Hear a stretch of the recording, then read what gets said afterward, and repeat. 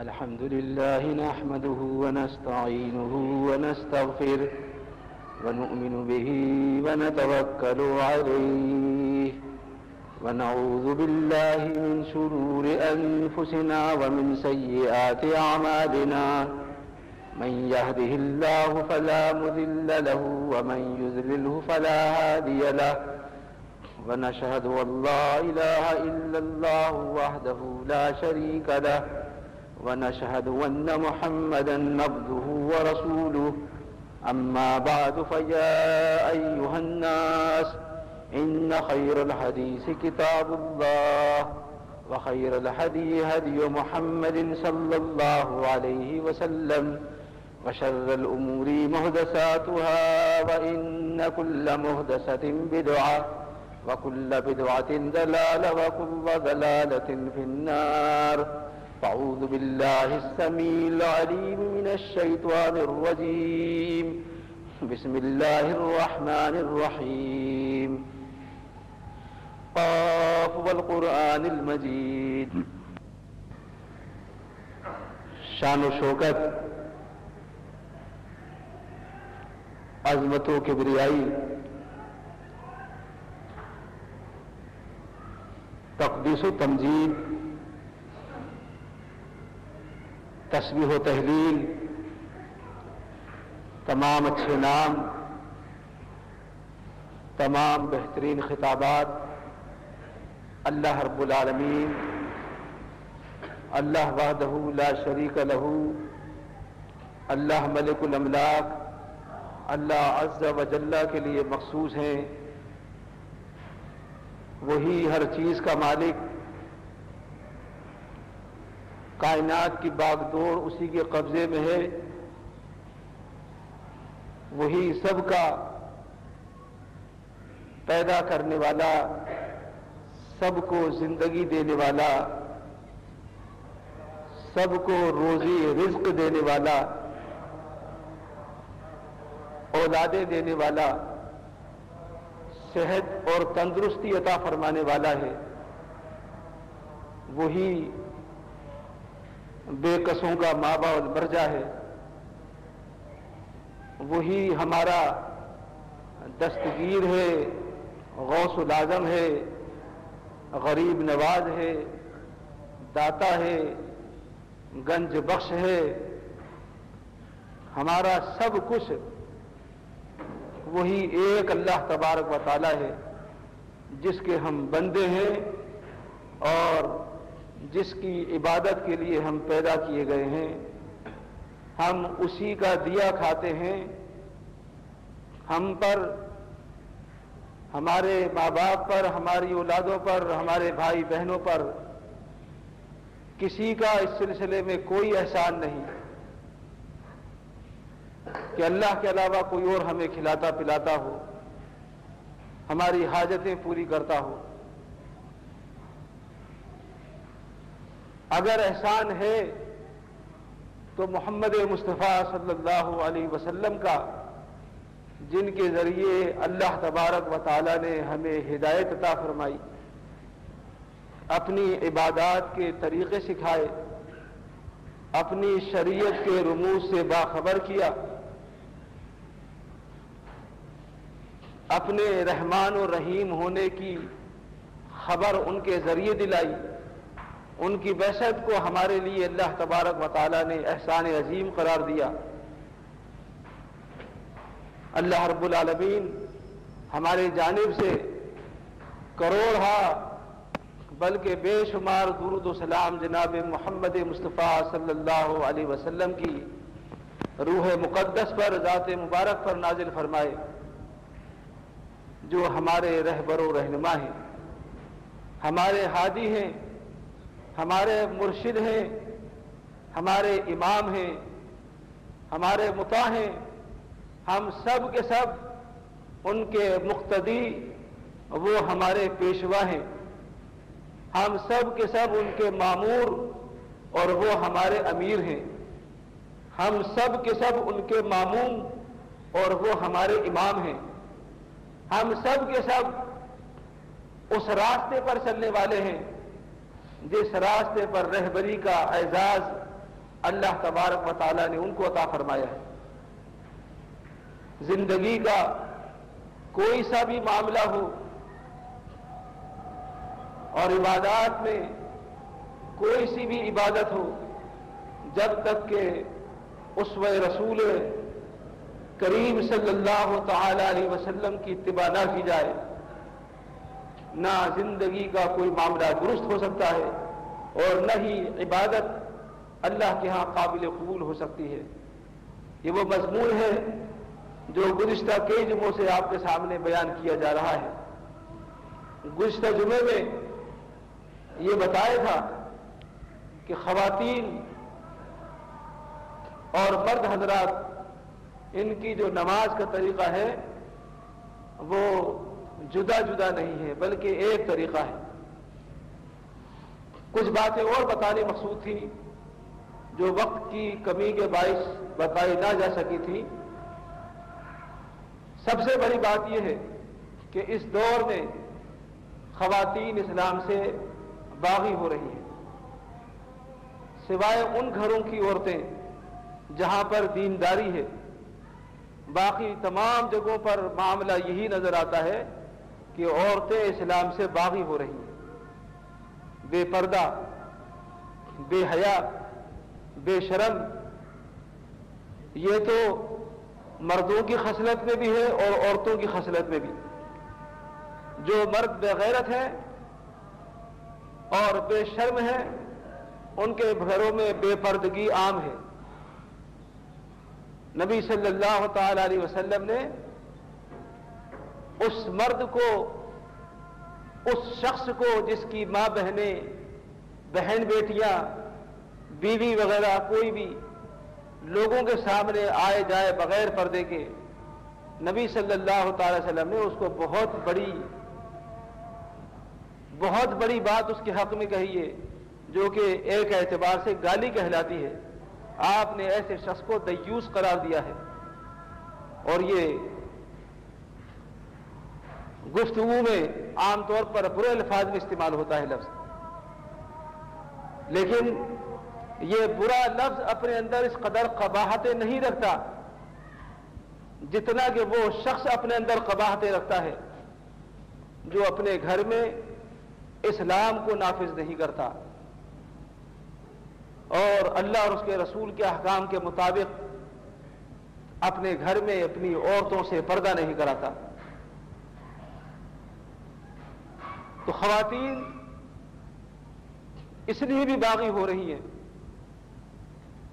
کہ جو گھر کا سربراہ ہے وہ خود ہی اسلام پر عمل پیرا نہیں، اور پیارے پیغمبر صلی اللہ تعالی علیہ وسلم نے اپنے پیارے ہونٹوں سے ارشاد فرمایا تھا، الا کلکم راع وکلکم مسئول عن رعیتہ والرجل راع علی اہل بیتہ وهو مسئول عن رعیتہ والمرأة راعیة علی اہل بیت زوجہ وہی مسئولۃ عنہا۔ ارشاد فرمایا کہ دیکھو تم میں سے ہر ایک اپنے گھر والوں پر چرواہے کی مانند نگہبان بنا دیا گیا ہے، اور قیامت کے دن اس سے پوچھا جائے گا کہ جن لوگوں پر تو نگہبان بنایا گیا تھا کیا تو نے حق نگہبانی ادا کیا؟ ہر شخص سے پوچھا جائے گا، مرد سے پوچھا جائے گا کہ یہ عورت جو تمہارے نکاح میں تھی اس کو کہاں تک تم نے شریعت پر چلنے کا حکم دیا؟ یہ اولاد جو تم کو اس سے عورت سے ملی، اس اولاد کو تم نے کہاں تک دین کی تعلیم عطا فرمائی، دین کی سمجھ دی، نماز کا عادی بنایا، روزے کا عادی بنایا؟ اسی طرح عورت سے بھی سوال کیا جائے گا کہ تم جس مرد کے نکاح میں تھی تم نے کہاں تک اس کی بات مانی اور کہاں تک نافرمانیاں کی، اور جو اولاد تمہاری اس مرد کے ذریعے اللہ تبارک و تعالی نے تمہیں عطا فرمائی تم نے اس اولاد کی کہاں تک تربیت کی؟ ہر ایک سے قیامت کے دن پوچھا جائے گا۔ تو اگر ہم اپنی ذمہ داریاں ادا نہیں کریں گے، جنہیں اللہ تبارک و تعالیٰ نے گھروں کا مالک بنایا ہے. الرجال قوامون علی النساء، فرمایا کہ اللہ تبارک و تعالیٰ نے مردوں کو عورتوں پر برتری عطا فرمائی ہے، مگر اس برتری کا مطلب یہ نہیں کہ جناب کچھ لوگ گھروں میں اپنی بیگمات کے ساتھ، بیویوں کے ساتھ وہ سلوک کرتے ہیں جو کسی نوکرانی کے ساتھ کیا جاتا ہے. مارنا، پیٹنا، گالیاں بکنا، ذرا سی بات پر جوتا اٹھا کر پٹائی کر دینا، اور پھر سمجھنا کہ شاید اسی کو مردانگی کہتے ہیں.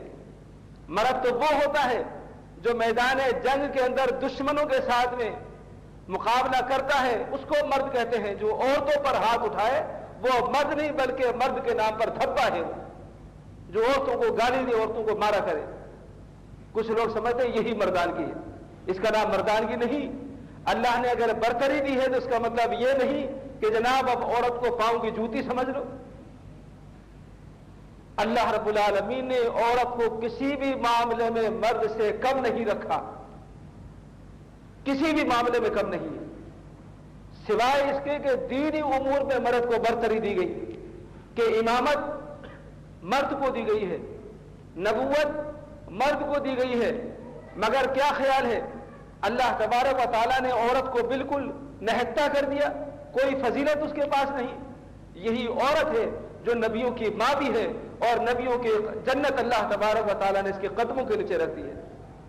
اگر اس کو نبوت نہیں ملی تو نبیوں کی ماں ہونے کا شرف اس عورت کو حاصل ہے. قرآن مجید کے اندر ان عورتوں کے تذکرے ہیں جن پر اللہ رب العالمین نے وحی بھیجی ہے. وہ نبی نہیں ہے لیکن وحی کی جاتی ہے موسیٰ کی ماں کی طرف علیہ الصلوۃ والسلام، کہ اس کو تابوت میں رکھ کر کسی صندوق میں رکھ کر پانی میں بہا دو. وہ کائنات کی واحد عورت ہے جس پر اللہ نے وحی بھیجی ہے، اور یہ وہ شرف ہے جو اس دنیا میں کسی عالم دین کو حاصل نہیں ہوا سوائے انبیاء کے. ایسے ہی مریم ہے اللہ کی بندی جس کے پاس فرشتہ آتا ہے اور روبرو کلام کرتا ہے. یہ وہ شرف ہے جو دنیا میں اللہ تبارک و تعالیٰ نے بہت کم لوگوں کو عطا فرمایا ہے، نبیوں کے علاوہ کسی کو نہیں ملا ہے. تو عورتوں کے درجے ہیں، عورتوں کے مقام ہیں. عورتوں کو باغی بنانے میں سب سے بڑا کردار مردوں کا ہے، جنہوں نے اپنے گھروں میں ان کی تربیت نہیں کی، اور دوسرا ان کو ذلیل سمجھنا شروع کر دیا، مارنا پیٹنا شروع کر دیا. جیسے ابھی کچھ دن پہلے اخبار میں آیا تھا کہ صوبہ سرحد کے کسی علاقے میں ایک مسجد کے پیش امام نے اپنی بیوی کو اتنا مارا، اس کو بجلی کے جھٹکے دیا کرتا تھا. زینب نور جس کا علاج پھر باقاعدہ بے نظیر صاحبہ نے باہر کے ممالک میں کروایا اور وہاں سے وہ عورت صحیح ہو کر آئی، تو کیا اس کو یہ حق دے دیا گیا تھا؟ یہ عورت اگر اس کے نکاح میں آئی تھی اس کا مطلب یہ ہے کہ وہ عورت اس کے ہاتھوں بک چکی ہے، اس پر جو جبر مرضی میں آئے کر دیا جائے. کچھ لوگوں نے اسلام کو سمجھا نہیں، قرآن کو سمجھا نہیں، اور عورتوں کے بارے میں یہ بھی کہنا شروع کر دیا کہ عورت کا درجہ مرد کے مقابلے میں آدھا ہے. حالانکہ عورت کسی بھی مقام پر مرد سے آدھی نہیں، سوائے امامت کے اللہ تبارک و تعالیٰ نے تمام فضیلتیں مرد کے اور اس کی برابر رکھی ہیں. لیکن کچھ کور چشموں نے، کچھ علم سے کورے لوگوں نے، کچھ تھوڑا علم رکھنے والوں نے اس قسم کا پروپیگنڈا کیا کہ زمانہ ماضی قریب کے اندر کچھ عورتوں نے قرآن مجید کے خلاف باقاعدہ جلوس بھی نکالے. قرآن مجید کے خلاف جلوس نکلا تھا اس شہر کراچی میں، اور لوگوں نے کہا تھا یہ جو قرآن مجید میں سورہ بقرہ کے اندر آیت ہے آخر رکوع سے پہلے والے رکوع میں جس میں قانون شہادت بیان کیا گیا ہے، ہم اس آیت کو نہیں مانتے ہیں.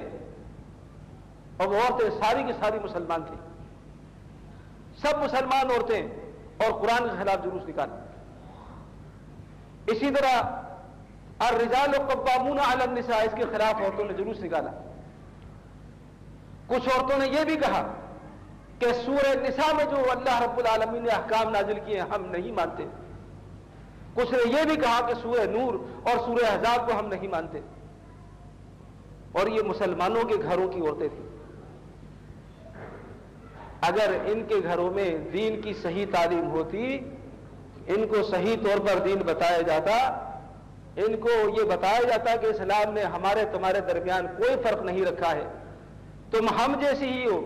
دیکھو قرآن مجید کے اندر یہی سورہ احزاب، اسی سورہ احزاب کے اندر 22واں پارہ شروع ہو رہا ہے اور اللہ تبارک و تعالیٰ اس میں ایک مقام پر ارشاد فرما رہا ہے ان المسلمین والمسلمات والمؤمنین والمؤمنات والقانتین والقانتات والصادقین والصادقات والصابرین والصابرات والخاشعین والخاشعات والمتصدقین والمتصدقات والصائمین والصائمات والحافظین فروجهم والحافظات والذاکرین اللہ کثیرا والذاکرات اعد اللہ لهم مغفرۃ واجرا عظیما.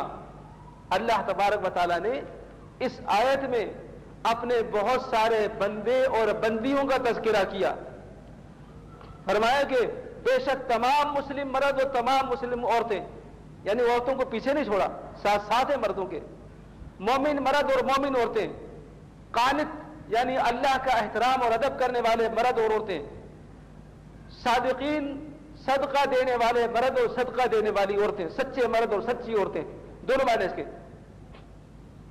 صابر مرد اور صابر عورتیں، اللہ سے ڈرنے والے خشوع رکھنے والے مرد اور خشوع رکھنے والی عورتیں، متصدقات تصدیق کرنے والی صدقہ کرنے والے مرد اور عورتیں، صائمین روزے دار مرد روزے دار عورتیں، والحافظین فروجہم والحافظات اپنی شرمگاہوں کی حفاظت کرنے والے مرد اور عورتیں، والذاکرین اللہ کثیرا اور اللہ کو کثرت سے یاد کرنے والے مرد، والذاکرات اور کثرت سے یاد کرنے والی عورتیں، اعد اللہ لہم مغفرۃ واجرا عظیما اللہ نے ان سب کے لیے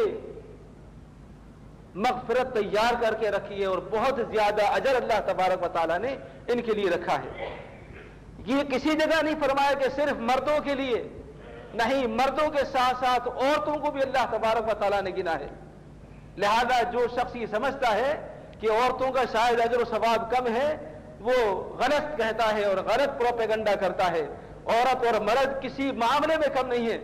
احناف نے یہ نقطہ پیش کیا، احناف نے یہ اختلاف پیش کیا، احناف کی عورتوں کو پیر کی جوتی سمجھا گیا. حنفی مسلک کے اندر یہ موجود ہے کہ مرد کی دیت پوری ہے اور عورت کی دیت آدھی ہے، لیکن ہم اہل حدیث یہ کہتے ہیں مرد کی دیت بھی پوری ہے اور عورت کی دیت بھی پوری ہے. دیت سمجھتے ہیں نا؟ اگر کوئی مسلمان مرد قتل کر دیا جائے تو اس کا خون بہا ہوتا ہے، یعنی فرض کر لیجئے ایک مرد کسی کے ہاتھوں مارا جاتا ہے تو اس کا 1 لاکھ روپیہ مقرر ہے، قاتل کو 1 لاکھ روپیہ دینا پڑے گا مقتول کے گھر والوں کو تاکہ وہ اس کو معاف کر دے دیت لے کر. حنفی مسلک میں یہ ہے اگر مرد ہے تو 1 لاکھ اور عورت ہے تو 50,000. لیکن قرآن اور حدیث نے دونوں مقام پر اس قسم کا کوئی بھی تفاوت پیش نہیں کیا. لہذا ہم یہ کہتے ہیں کہ مرد اگر قتل کیا جائے اس کا بھی 1 لاکھ ہے اور عورت کا بھی 1 لاکھ ہے، عورت کی بھی دیت 1 لاکھ ہے، برابر ہے. لیکن حنفی مسلک میں یہ نقطہ نکالا گیا جس کی بنیاد پر عورتوں نے قرآن مجید کے خلاف جلوس نکالے. قرآن مجید میں صاف صاف موجود ہے سورہ بقرہ کے اندر کہ جب کسی معاملے میں تم کو گواہی دینی ہو تو 2 مردوں کی وہاں پر ضرورت ہے، اور اگر 2 مرد نہ ہو تو 1 آدمی اور 2 عورتیں. اور ساتھ ساتھ وہاں موجود ہے کہ یہ 2 عورتیں اس لیے رکھی ہیں ان تذل احدہما فتذکر الاخری، اگر شہادت دیتے ہوئے ایک عورت بھول جائے تو دوسری کا کام یاد دلا دینے کا ہے. اگر نہیں بھولتی تو گواہی ایک ہی عورت کی ہے، 2 عورتوں کی گواہی نہیں ہے. یہ جو نقطہ لوگوں نے بیان کیا ہے کہ 2 عورتیں 1 مرد کے برابر ہیں، یہ بالکل غلط ہے. 1 عورت 1 مرد کے برابر ہے از روح قرآن مجید اور حدیث کی روح سے. عورت اور مرد دونوں برابر ہیں. دین کے معاملے میں اللہ نے برتری یہ دی ہے اور گھر کا سربراہ بنایا ہے. مرد کو اللہ رب العالمین نے گھر کا مالک بنایا ہے، اس کے کانوں پر گھر چلانے کی ذمہ داری ڈالی ہے. مرد جو ہے گھر کا مالک ہے اور عورت گھر کی ملکہ ہے. اسی لیے کہتے ہیں گھر والی، یعنی سارا گھر اس کے پاس میں ہے. کسی معاملے کے اندر عورت مرد سے کم نہیں رکھی گئی. صرف 2-3 معاملے ایسے ہیں کہ جسمانی اعتبار سے مرد کو اللہ نے قوی بنایا ہے لہذا وہ جنگ لڑ سکتا ہے، لیکن عورت جسمانی اعتبار سے کمزور ہوتی ہے، وہ جنگ نہیں لڑتی لیکن وہ مجاہدوں کو پیدا کرتی ہے اور ان کی تربیت کرتی ہے اس انداز سے کہ جب وہ بڑے ہوتے ہیں تو وہ اللہ کے راستے میں جہاد کرنے کا شوق اپنے دلوں میں رکھتے ہیں. اس کا کام ہے مجاہد تیار کرے، وہ جہاد نہ کرے، وہ مجاہد تیار کرے. پیارے پیغمبر نے فرمایا ایسی عورتوں سے نکاح کرو، ان خاندانوں میں نکاح کرو، ایسی عورتوں سے نکاح کرو جہاں پر بچے زیادہ پیدا ہوتے ہیں، تاکہ قیامت کے دن تمہاری کثرت ہو اور میں تمہاری کثرت کے سبب دیگر امتوں پر فخر کروں۔ اور اگر آج ہمارے گھروں میں بچے زیادہ ہوں تو ہم اپنے بچوں کو اللہ کے راستے میں بھی لگا سکتے ہیں، لیکن اگر بچے دو ہی ہوں جیسے کہ پروپیگنڈا کیا جاتا ہے تو پھر جہاد کے لیے کون جائے گا؟ یہ کافروں کا پروپیگنڈا ہے کہ بچے دو ہی اچھے۔ جس شخص نے یہ نعرہ نکالا وہ اللہ کے دین کا دشمن، جو حکمراں جو وزیر یہ پالیسی لے کر بیٹھا ہے وہ اللہ کے دین کے دشمن ہے سارے کے سارے۔ دین کا تقاضا یہ ہے کہ ہمارے بچے زیادہ سے زیادہ ہوں، جتنے زیادہ بچے ہوں اللہ تبارک و تعالیٰ اتنی زیادہ برکتیں اس گھر پہ نازل کرتا ہے۔ لوگوں ان گھروں میں شادی کیا کرو جہاں پر تمہیں معلوم ہے کہ اس گھر میں زیادہ بچے ہوتے ہیں، لہذا اس گھر کی جو لڑکی ہمارے گھر میں آئے گی اللہ اس کے ذریعے ہمیں برکت عطا فرمائے گا۔ نکاحوں کا مقصد صرف جسمانی خواہشیں پوری کرنا نہیں، بلکہ نکاح کا اصل مقصد مومن کے نزدیک یہ ہے کہ میں امت محمدیہ کے اندر اضافے کروں، اس لیے کہ ہم لوگ جتنے زیادہ ہوں گے اسلام کا اتنا زیادہ غلبہ ہوگا۔ ہم غلبہ اسلام کے لیے شادیاں کرتے ہیں، ورنہ شادیاں تو کافر بھی کرتے ہیں، یہودی بھی کرتے ہیں، اور اگر صرف جسمانی ضرورتیں پوری کر لینے کا نام ہے تو وہ تو بغیر شادی کے بھی لوگ کر لیا کرتے ہیں، اگرچہ وہ حرام ہی کیوں نہ ہو۔ ہمارے ہاں صرف شادی کا مقصد ایک ہی ہے، امت محمدیہ میں اضافے کرنا۔ تو بتانے کا مقصد یہ ہے کہ عورت کو اللہ تبارک و تعالیٰ نے یہ ڈیوٹی دی ہے کہ تمہارا کام اپنے شوہر کے بچوں کی تربیت کرنا ہے، مجاہد تیار کرنا ہے، عالم تیار کرنا ہے، یہ تمہارا کام ہے اور یہ مرد کا کام ہے۔ لیکن کم کوئی کسی سے نہیں ہے، کم کوئی کسی سے نہیں ہے۔ اگر اس کو برتری حاصل ہے تو قوت کے اعتبار سے حاصل ہے کہ یہ تمہارا تحفظ کرنے والا ہے، یہ تمہاری نگہبانی کرنے والا ہے، یہ تمہاری عزت و آبرو کا محافظ بنا دیا گیا ہے۔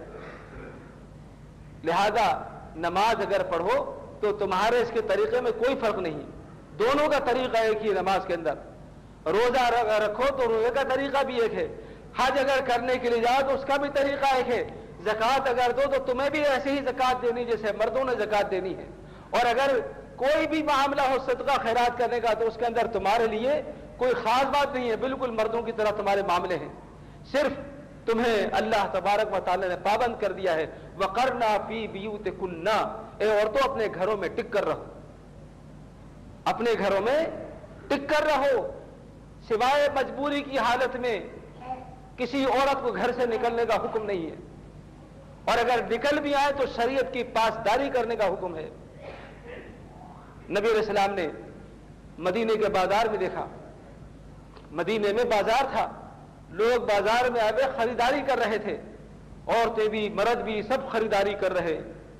رسول اللہ صلی اللہ علیہ وسلم نے مشاہدہ کیا کہ عورتیں اور مرد دونوں بازار میں چل رہے ہیں، لیکن کہیں کہیں پر ایسا بھی ہو رہا ہے کہ جان بوجھ کر نہیں بلکہ انجانے میں ان کے مرد بدن آپس میں ٹکرا رہے ہیں۔ وہ تو بڑے نیک لوگ تھے، ہمارے ہاں ہوتا ہی تو بازاروں میں لوگ خاص طور پر جاتے ہیں، خاص طور پر منچلے نوجوان جو ہیں وہ بازار میں چلے جاتے ہیں۔ جمعہ بازار منگل بازار جو لگ گئے ہیں اس سے بڑا فائدہ ہو گیا ہے نوجوانوں کو، اور لڑکیوں کو بھی فائدہ ہو گیا ہے۔ ماں باپ کی ذمہ داری ختم، بازاروں میں جاؤ، اپنے لیے خود اپنی چوائس تلاش کر لو۔ ابھی اخبار میں آیا ہے، ابھی کچھ دن پہلے کے اخبار میں آیا کہ لاہور کی ایک عدالت میں چند نوجوان لڑکیوں نے آ کر جج کے سامنے یہ بیان دیا کہ ہم بالغ ہیں اور فقہ حنفی کی روح سے ہم اس بات کی حقدار ہیں کہ ہماری ان مردوں سے شادی کر دی جائے جن سے ہم شادی کرنا چاہتے ہیں۔ ہمارے ماں باپ ہمارے راستے میں رکاوٹ بنے ہوئے ہیں، ماں باپ رکاوٹ بنے ہوئے ہیں، اور ہم ان لڑکوں سے شادیاں کرنا چاہتی ہیں، یہ ہمارے محبوب ہیں، ہم ان سے محبت کرتی ہیں۔ لہذا جج نے فقہ حنفی کی روح سے یہ فیصلہ دے دیا کہ یہ لڑکیاں اپنے اپنے محبوبوں کے ساتھ جا سکتی ہیں اور پولیس ان کو تنگ نہیں کر سکتی ہے، پولیس ان کو تنگ نہیں کر سکتی، ان کی مرضی جس کے ساتھ چلی جائیں۔ کورٹ میرج کر دی گئی، عدالت کے اندر نکاح ہو گیا۔ میرے پیارے پیغمبر صلی اللہ تعالی وسلم نے اپنے پیارے ہونٹوں سے فرمایا تھا کہ لا نکاح الا بولی، دیکھو ولی کے بغیر کوئی نکاح نہیں جب تک کہ لڑکی کا باپ اگر باپ نہیں تو چچا تایا وغیرہ جو بھی ہیں، اگر وہ بھی نہیں تو نانا دادا، اور وہ بھی نہیں تو ماموں وغیرہ پھپھا خالو جو بھی ہیں، یہ سب کے سب ولی میں شمار ہوتے ہیں۔ اگر ولی نکاح میں نہیں تو وہ نکاح نہیں ہے، اور بغیر ولی کے نکاح کرانے والی زانیہ ہے، زانیہ ہے، زانیہ ہے۔ لیکن آپ کو بڑا افسوس ہوگا، خاص طور پر ہم اپنے حنفی بھائیوں پہ تنقید نہیں کرتے، فقہ حنفی کے اندر یہ مسئلہ موجود ہے کہ اگر کنواری بھی ہے تو کیا ہو گیا، بالغ ہو گئی ہے، عدالت میں جائے اور کہہ دے کہ میں بالغ ہو گئی ہوں، اور جس سے چاہے نکاح کر لے، اور اس کی دلیل قرآن سے پکڑی ہے، اس کی دلیل قرآن سے پکڑی ہے۔ اسی لیے کہتے ہیں نا کہ قرآن سے جو چاہے ہدایت بھی پالے، قرآن سے جو چاہے گمراہ بھی ہو جائے۔ کہتے ہیں قرآن نے عورت کو اختیار دیا ہے کہ حتیٰ تنکح زوجا غیرہ، عورت جس سے چاہے، جس مرد سے چاہے نکاح کر لے، تو قرآن کی آیت دلیل ہے کہ عورت کو نکاح کا اختیار ہے، وہ جس سے چاہے نکاح کر لے۔ حالانکہ یہ شک ہے، یہ تہمت ہے، بہتان ہے، قرآن کے اوپر شکوک پھیلائے جا رہے ہیں۔ قرآن کی آیت صاف صاف ان عورتوں کے بارے میں ہے جو مطلقہ ہوتے ہیں، جن کو ان کے مرد طلاق دے دیں تو اللہ تبارک و تعالیٰ نے ان عورتوں کو اختیار دیا ہے، مطلقہ عورت کو اختیار ہے کہ وہ جس سے چاہے نکاح کر لے، دوسرا نکاح کر لے، اور بیوہ عورتوں کو یہ اختیار ہے قرآن مجید کی روح سے کہ وہ جس سے چاہے نکاح کر لیں، لیکن کسی کنواری کو اللہ تبارک و تعالیٰ نے اختیار نہیں دیا ہے۔ اور حدیث شریف کے اندر وضاحت کے ساتھ میں اللہ کے رسول فرما رہے ہیں کہ لا نکاح الا بولی، ولی کے بغیر کوئی نکاح نہیں، کوئی نکاح نہیں ہے، اور جس نے بغیر ولی کے نکاح کر لیا وہ زانیہ ہے۔ یہ حدیث شریف جو کہ بالکل صحیح حدیث ہے، اس کے مقابلے میں قیاس کو لے کر آئے اور قرآن کی وہ آیت لے کر آئے جو مطلقہ عورتوں کے لیے تھی، حالانکہ قرآن مجید میں صاف صاف الفاظ کے اندر موجود ہے وَلَا تَنْكِحُوا الْمُشْرِكِينَ حَتَّى يُؤْمِنُوا۔ اس آیت کے اندر اللہ تبارک و تعالیٰ مردوں کو مخاطب کر کے کہہ رہا ہے کہ دیکھو اپنی عورتوں کا نکاح مشرکین سے نہ کرنا جب تک کہ مشرک مرد جو ہے مسلمان نہ ہو جائیں۔ اس آیت سے صاف ظاہر ہے کہ عورتیں کنواریاں جو ہیں ان کے پاس نکاحوں کے اختیار نہیں، ان کے نکاح کا اختیار ان کے ماں باپ کے پاس میں ہے۔ لیکن عدالت نے کیا کیا؟ فقہ حنفی کی روح سے فتویٰ دے دیا۔ در مختار، ہدایہ اور بہت ساری کتابوں کے اندر یہ فرض مسئلہ موجود ہے کہ بالغہ اپنی مرضی سے نکاح کر سکتی ہے۔ کورٹ میرج جو آج موجود ہے دنیا کے اندر، یہ کہاں سے نکلی ہے؟ اس کو جو شرعی جواز مل گیا ہے یہ فقہ حنفی سے ملا ہے۔ لہذا جج نے کہہ دیا کہ جائیے نکاح کر لیجیے، آپس میں نکاح ہوگی ان کے آپس میں۔ آج ماں باپ کی کوئی ویلیو نہیں رہی۔ لڑکیاں جائیں منگل بازاروں میں، جمعہ بازاروں میں، تاریخ روڈ پر، پوہری بازار میں، اور لڑکے بھی وہاں پر پہنچ جائیں اور آپس میں سیٹنگ کر کے نکاح کر لیا کریں۔ اور اگر نکاح بھی نہیں ہوتا تو کم سے کم دل تو بہل جاتا ہے جی، بہت سے لڑکے دل بہلانے پہنچ جاتے ہیں۔ ایک حافظ صاحب ہمیں بھی لے کر گئے ایک دفعہ، کہنے لگے میرے ساتھ جامع کے علاج چلو۔ بھئی کیا بات ہے؟ چلو تو صحیح، ہمیں نہیں پتا تھا، چلے گئے ساتھ میں۔ اب وہ حافظ صاحب جہاں سے گزرے ادھر بھی ایک ہاتھ مار دیں، ادھر بھی ایک ہاتھ مار دیں۔ بھائی یہ کیا ہو رہا ہے؟ بولا ہم جمعہ بازار اسی لیے آتے ہیں، ہم جامع قلعت کے بازار میں اسی لیے آتے ہیں۔ حافظ صاحب تھے ماشاءاللہ، فقہ حنفی والے تھے۔ یہ بھی خاص بات بتا دوں آپ کو، آج کل امریکہ میں امامت کر رہے ہیں، معلوم نہیں کتنوں کا بیڑا غرق کریں گے۔ اور ہم نے کہا ہم بھی بازار میں جاتے ہیں، مگر بازار میں جاتے ہوئے وہ والا اس وقت پیش نظر رکھتے ہیں جب پیارے پیغمبر نے بازار میں دیکھا عورتیں اور مرد چل رہے ہیں اور ان کے بدن انجانے میں اتفاقاً آپس میں ٹکرا رہے ہیں، تو پیارے پیغمبر نے فرمایا یا معاشر النساء، مردوں سے نہیں فرمایا، عورتوں سے فرمایا، اے عورتوں کے گروہ، یہ میں کیا دیکھ رہا ہوں کہ تم مردوں کے ساتھ چل رہی ہو، خبردار تمام عورتیں دیواروں کے ساتھ میں لگ کر چلیں۔ یہ آواز کیا عورتوں نے سنی، تمام بازار کے اندر بھگدڑ سی مچ گئی اور عورتیں سب کے سب دیواروں سے لگ گئیں، جو دیواریں تھیں دیواروں سے لگ کر عورتیں گئیں۔ اور جب عورتیں گھروں پر پہنچی ہیں تو مسلمانوں ذرا کان کھول کر سنو، تمام عورتیں زخمی ہو چکی تھیں، جتنی بھی عورتیں بازار کے اندر تھیں وہ دیواروں سے اتنی رگڑ کھا کر چلی کہ سب کے پہلو زخمی ہو گئے تھے کہ خدا نہ خواستہ کسی مرض سے ہم ٹکرا نہ جائیں۔ کس قدر اللہ سے ڈرنے والی وہ عورتیں تھیں۔ اور آج کل کی عورتیں اگر آپ ان سے کہہ دیں کہ بی بی ذرا سائڈ میں ہو جائے تو وہ آپ کو 10 باتیں بازار میں سنا دیں گی۔ اور مرد بھی ایسے، عورتیں بھی ایسے۔ یہ تھی مسلمان عورتیں کہ پیارے پیغمبر نے صرف اتنا کہا تھا کہ دیواروں سے لگ کر چلو تو وہ زخمی ہو گئی ساری کی ساری۔ اللہ ہماری بہنوں کو، ہماری ماؤں کو ان عورتوں کا اسوہ اختیار کرنے کی توفیق عطا فرمائے جو صحیح معنوں میں مومن تھی، جو صحیح معنوں میں مسلم تھی، صحیح معنوں میں قانت تھی، صحیح معنوں کے اندر خاشعات ساری کی ساری اللہ سے ڈرنے والی تھی۔ تو ہماری مائیں بہنیں قرآن و حدیث کی جو خلاف ہو گئی تو کیوں ہو گئی؟ ہم نے خود ہی ایسی کتابیں ان کو پڑھائیں، ان کو ایسے تمام بازار کے اندر بھگدڑ سی مچ گئی اور عورتیں سب کے سب دیواروں سے لگ گئیں، جو دیواریں تھیں دیواروں سے لگ کر عورتیں گئیں، اور جب عورتیں گھروں پر پہنچی ہیں تو مسلمانوں ذرا کان کھول کر سنو، تمام عورتیں زخمی ہو چکی تھیں، جتنی بھی عورتیں بازار کے اندر تھیں وہ دیواروں سے اتنی رگڑ کھا کر چلی کہ سب کے پہلو زخمی ہو گئے تھے کہ خدا نہ خواستہ کسی مرض سے ہم ٹکرا نہ جائیں۔ کس قدر اللہ سے ڈرنے والی وہ عورتیں تھیں۔ اور آج کل کی عورتیں اگر آپ ان سے کہہ دیں کہ بی بی ذرا سائڈ میں ہو جائے تو وہ آپ کو 10 باتیں بازار میں سنا دیں گی، اور مرد بھی ایسے عورتیں بھی ایسے۔ یہ تھی مسلمان عورتیں کہ پیارے پیغمبر نے صرف اتنا کہا تھا کہ دیواروں سے لگ کر چلو تو وہ زخمی ہو گئی ساری کی ساری۔ اللہ ہماری بہنوں کو، ہماری ماؤں کو ان عورتوں کا اسوہ اختیار کرنے کی توفیق عطا فرمائے جو صحیح معنوں میں مومن تھی، جو صحیح معنوں میں مسلم تھی، صحیح معنوں میں قانت تھی، صحیح معنوں کے اندر خاشعات ساری کی ساری اللہ سے ڈرنے والی تھی۔ تو ہماری مائیں بہنیں قرآن و حدیث کی جو خلاف ہو گئی تو کیوں ہو گئی؟ ہم نے خود ہی ایسی کتابیں ان کو پڑھائیں، ان کو ایسے مسئلے بتائے، ایسی فقہ ہمارے ہاں مرتب کر لی گئی کہ جاؤ زبان ہوگی تو بھاگ لو گھر سے، محبوب تلاش کرو بھاگ لو، کورٹ میرج ہو جائے گی، کوئی تم کو کہنے والا نہیں، شرعن بھی تم اور قانوناً بھی تم کسی بھی اعتبار سے مجرم قرار نہیں پاؤ گی۔ لیکن جان رکھنا چاہیے کورٹ میرج کرنے والیوں کو اور فقہ حنفی کے تحت اس طرح بھاگ جانے والیوں کو کہ وہ اللہ کی مجرم ہیں۔ رسول اللہ صلی اللہ علیہ وسلم نے فرما دیا واضح الفاظ کے اندر کہ ولی کے بغیر کوئی نکاح نہیں ہوتا ہے۔ اور ہمارے گھروں میں تو جو حنفی ہیں یا دیوبندی ہیں بریلوی ہیں وہ سب کے سب سیدھے سادے بھائی یہ مسئلہ جانتے ہی نہیں ہیں۔ یہ مسئلہ تو اس وقت پتہ چلتا ہے جب لوگ گھروں سے بھاگتے ہیں اور جب مفتیوں کے پاس جاتے ہیں تو بتاتے ہیں تمہارے لیے گنجائش ہے، ورنہ ہر گھر میں لوگ یہ جانتے ہیں کہ باپ کی مرضی کے بغیر کوئی نکاح نہیں ہو سکتا، چاہے وہ فقہ حنفی میں عمل پیرا ہو۔ لیکن وہ ایک موٹی سی بات جانتے ہیں، وہ موٹی سی بات اس لیے جانتے ہیں کہ ان کے نزدیک پیارے نبی کا قول معتبر ہے، امام کا قول معتبر نہیں ہے۔ پیارے نبی نے فرما دیا، پیارے نبی کا قول معتبر ہے، پیارے نبی نے فرمایا کہ نہیں ہو سکتا نکاح جب تک کہ ولی موجود نہ ہو، ولی کی رضا مندی موجود نہ ہو، اور قرآن مجید بھی یہی کہتا ہے۔ کیا کیا جائے؟ ہماری تیرہ بختی کہ ہم نے جان بوجھ کر قرآن و حدیث کو چھوڑ دیا اور ایسے فتاووں کے پیچھے لگ گئے جن کے اوپر ہمارے پاس کوئی دلیل نہیں کہ یہ واقعتاً علماء کے اقوال ہیں بھی کہ کسی اور کے ہیں۔ ہم یہ بدگمانی نہیں کر سکتے کہ امام ابو حنیفہ رحمۃ اللہ تعالی علیہ قرآن و حدیث کے خلاف ایسی غلط بات کہہ سکتے ہوں گے، لیکن یہ ہم ضرور سوچ سکتے ہیں کہ ان فقہ کی کتابوں کے اندر رد و بدل کر دیا گیا ہوگا، کسی دشمن اسلام نے اس کے اندر غلط باتیں شامل کر دی ہوں گی۔ یہ چیز ممکن ہے ہر کتاب کے اندر سوائے قرآن مجید کے جس کی حفاظت کا ذمہ اللہ تبارک و تعالیٰ نے لے لیا ہے۔ توریت کو دیکھ لو، اس میں کیا تحریف نہیں ہوئی؟ انجیل اللہ کی کتاب تھی بدل کر رہ گئی، زبور اللہ کی کتاب تھی تبدیل ہو گئی، احادیث کی کتابوں میں لوگوں نے موضوعات کو شامل کر دیا۔